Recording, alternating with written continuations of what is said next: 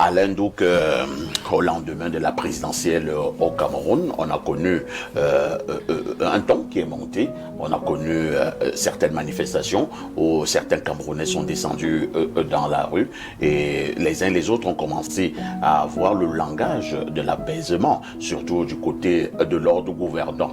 Le président de la République a prêté serment et de manière progressive, on a vu que les choses revenaient à la normale, l'ordre régnait, personne n'était plus en route.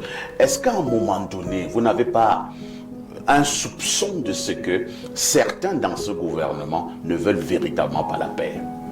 Vous savez, quand les gens sont blessés dans leur ego, ils se retrouvent dans une situation où ils savent qu'ils sont illégitimes et vous les avez mis dos au mur, ça génère une certaine ire.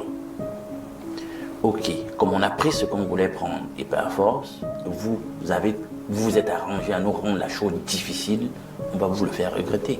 Ah, non, c'est comme ça que ça fonctionne. Je vais te faire regretter ton obstination. Donc, quand vous avez, parce que là, on cite, je vais citer ici les propos de Maître Dorcas comme vice-président de la Commission des droits de l'homme du barreau au Cameroun, qui affirme toutes les tracasseries qu'elle a eues lorsqu'elle allait visiter le défunt, Anissé Kane. Vous comprenez qu'en dépit de son statut, les tracasseries subies sont l'illustration et un message clair qu'on assume la brimade qu'on a fait subir à un malade avéré. Alors, elle nous dit par exemple, je cite, « Nous avons rencontré le Minat au sujet de Ekane et il nous a dit dans son bureau, nous étions 3, qu'il meure, il est au Cameroun en paix. Je vais l'acheter dans un cercueil. » Ah bon? Oui, c'est écrit. Attends, qui dit ça?